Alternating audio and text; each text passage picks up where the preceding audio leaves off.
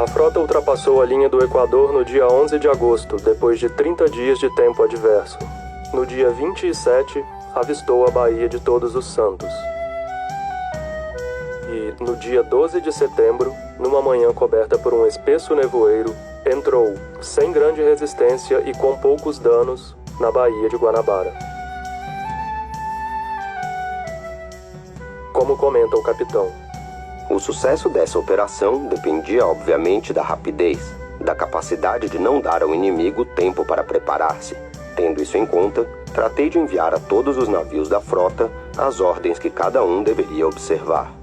Ao cavaleiro de Courceyrac, que conhecia um pouco a região, ordenei que colocasse o seu navio à frente da esquadra, e aos senhores de Gouillon e de Beauville que o seguissem.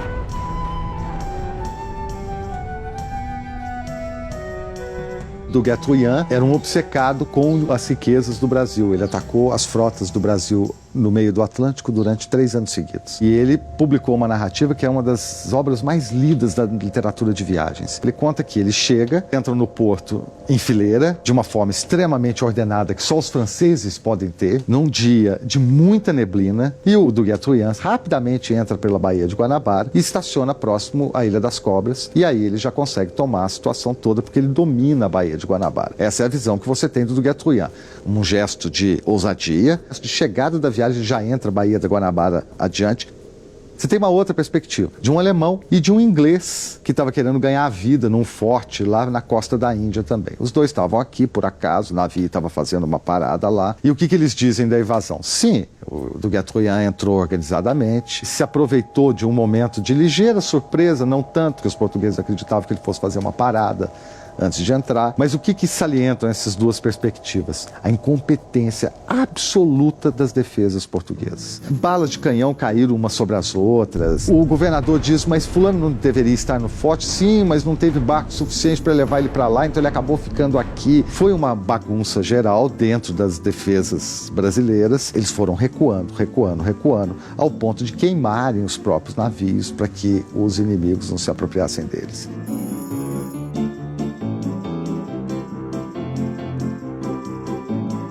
A imagem que nós temos clássica dos piratas é de um tipo de pirata, que é o aventureiro. Um indivíduo que, em geral, foi para a região do Caribe, se engajou em alguma empresa colonial relativa à cana-de-açúcar e tal, ficou desgostoso com o empreendimento e aderiu a alguma frota daquelas que navegavam de forma clandestina pela região do Caribe. Esse é o pirata clássico. Sempre se misturou um pouco esses indivíduos, que eram aventureiros autônomos, não respondiam a nenhum governo e pregavam a liberdade dos mares, e gradativamente, paralelo a essa gente, você tinha gente que não, que era vinculado a algum estado, a companhias comerciais que financiavam as viagens e que repartiam os lucros. Esses indivíduos não são piratas, são corsários e têm carta de corso, ou seja, os estados nacionais dão cartas para que esses indivíduos combatam supostas nações inimigas e apreendam as presas dessas nações inimigas. São empreendimentos caros, todos, né?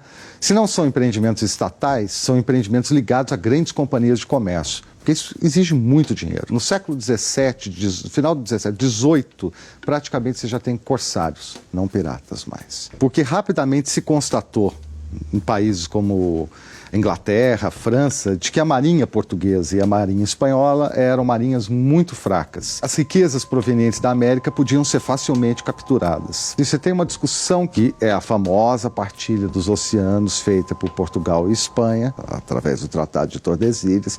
O Tratado de Tordesilhas, ele é simbólico, ele não é propriamente geográfico. Ninguém sabia onde passava aquele meridiano ao certo, mas de qualquer forma, é uma partilha em que os espanhóis estão dizendo, olha, para navegar aqui tem que ter nossa autorização, as terras a serem encontradas são nossas e o mar é um mar fechado, ou seja, é um mar que está sob a jurisdição de Portugal e Espanha. Isso desde cedo foi muito contestado e você vai aproveitar os conflitos internos da Europa para redefinir também os parâmetros do mar. Todos os ataques que você tem ao Brasil são ataques que se aproveitam desses momentos conflituosos europeus, quer dizer, não são ataques ilegais, são nações em conflito em que uma nação resolveu atacar a fonte de riqueza da outra. A Espanha, todas as vezes em que ela foi atacada, sistematicamente pelos ingleses, inclusive, qual era o objetivo central? Era você esvaziar o poder da Espanha através do encerramento das fontes de riqueza dela. Você impossibilita a expansão espanhola na Europa. Então, sempre que estava em jogo o equilíbrio político europeu, o aumento da atividade de corso é uma consequência lógica, porque ele faz parte dessa política de ajuste diplomático.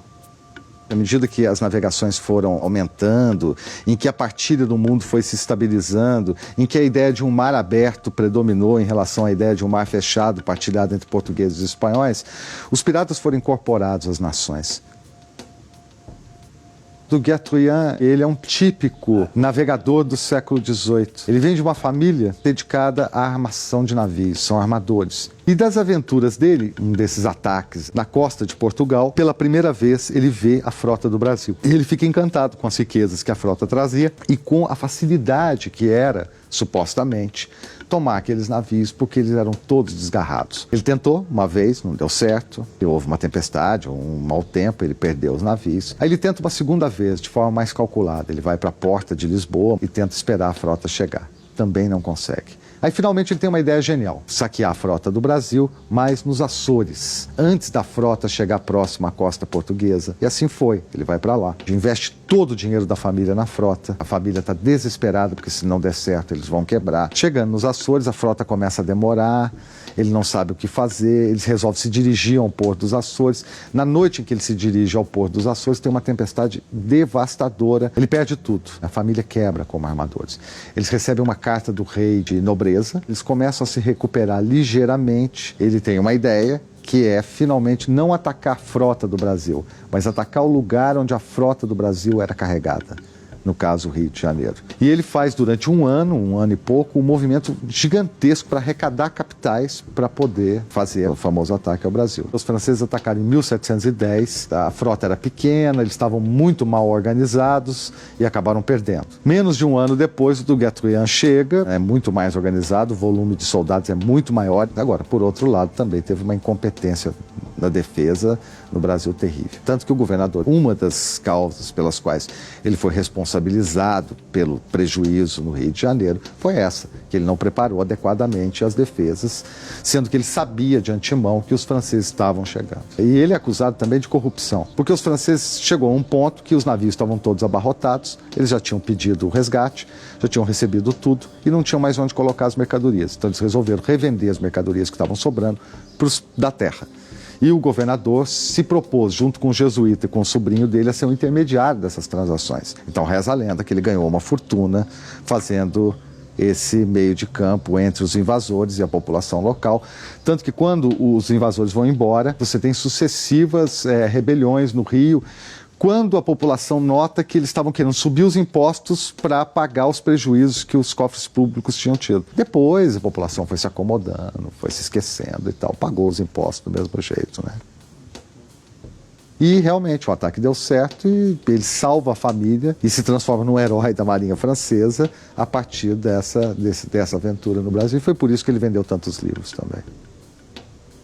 O ponto mais fundamental na narrativa de viagem é como ela nos construiu para o europeu. Porque as pessoas falam, é só uma ideia, isso está escrito, é a literatura. Não, não, não. Eu estou falando de ações efetivas, ou seja, os europeus passaram a ter uma ideia acerca de nós e a agir em relação a nós a partir das narrativas de viagem.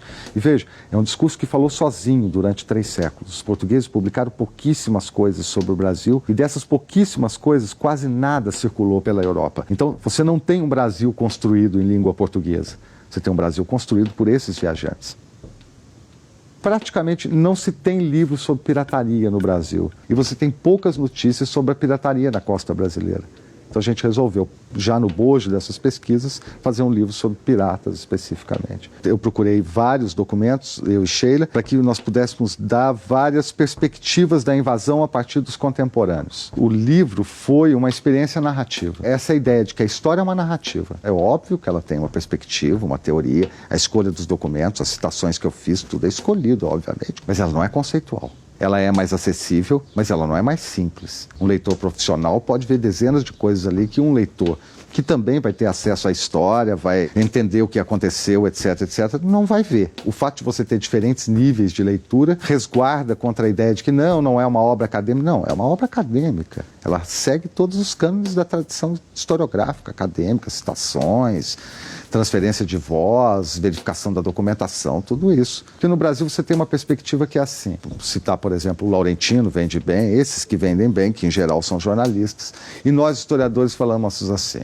eles vendem bem, mas são jornalistas. Tá, tudo bem. Eu concordo, eles são jornalistas, têm uma perspectiva, inclusive, muito particular. Muitos deles querem ser jornalistas. Se você conversar com o Laurentino, ele não quer ser historiador.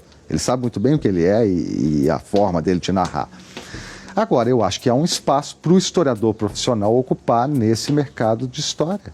Tem excelentes artigos em revistas acadêmicas que são acessados 23 vezes em 4 anos. E é possível ter esse alcance um pouco maior sem fazer coisas que não respeitem os cânones acadêmicos, que não façam avançar a discussão historiográfica, enfim. É possível conciliar as duas coisas. Eu acho que esse é um ponto que o livro defende. Que eu acho que nós, historiadores, perdemos um pouco o objetivo de fazer história.